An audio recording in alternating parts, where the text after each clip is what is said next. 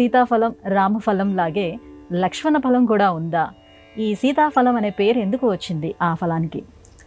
మరి మన దేశంలో సీతారాముల ప్రస్తావన లేని అంశం అంటూ ఉండదు. ఏ కొండ చూచినా ఇక్కడే సీతాదేవి కూర్చుంది అంటారు, ఇక్కడే సీతాదేవి చీరలు ఆరేసుకుంది అంటారు.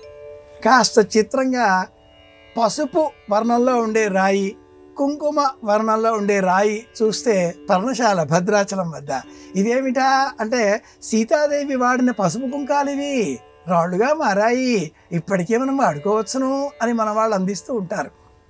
ఈ నేపథ్యంలో పళ్ళల్లో కూడా సీతాఫలం జలుబు చేస్తుంది ఎక్కువగా తింటే, షుగర్ పెంచుతుంది ఎక్కువగా తింటే. అలాగే ఈ పండుకు గొంతులో ఒక గరగర సృష్టించేటటువంటి దోషకరమైన గుణం కూడా ఉంది. కానీ అత్యద్భుతమైనటువంటి ఔషధ లేక ఉపయుక్తకరమైనటువంటి వనరులు కలిగిన కారణం చేత ఆయా కాలాలలో వీటిని మనం తినాలి. సీతాఫలం, రామఫలం, లక్ష్మణ ఫలం మూడు ఒకే పండుకు సంబంధించిన భిన్న భిన్న జాతులు. దక్షిణ భారతదేశంలో రామఫలం, సీతాఫలం రెండు లభిస్తాయి. అయితే అస్సాం, ఉత్తరప్రదేశ్ ప్రాంతాలలో లక్ష్మణ ఫలం కూడా లభిస్తుంది. అది ఇదే పండుగ సంబంధించిన జాతి. లోన ఒక గింజ, చుట్టూ కాసింత మృదువుగా మెత్తగా ఉండేటటువంటి గుజ్జు పదార్థంతో ఈ పండు మనకు లభిస్తుంది.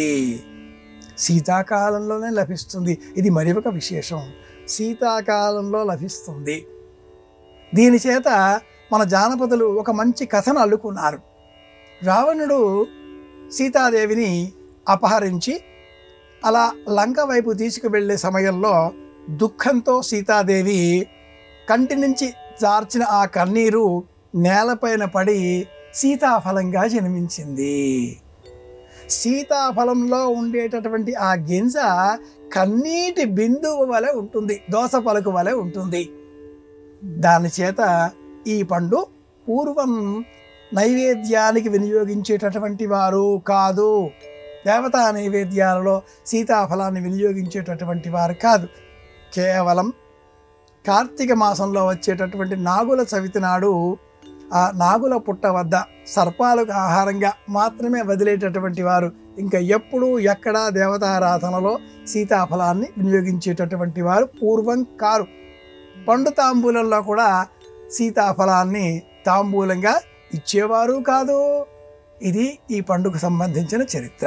శ్రీరామాయణంలో ఉద్దేశం లేదు, కానీ జానపదుల సంకల్పాన్ని అనుసరించి దుఃఖదాయకం అని అంటారు. ఇది విషయం.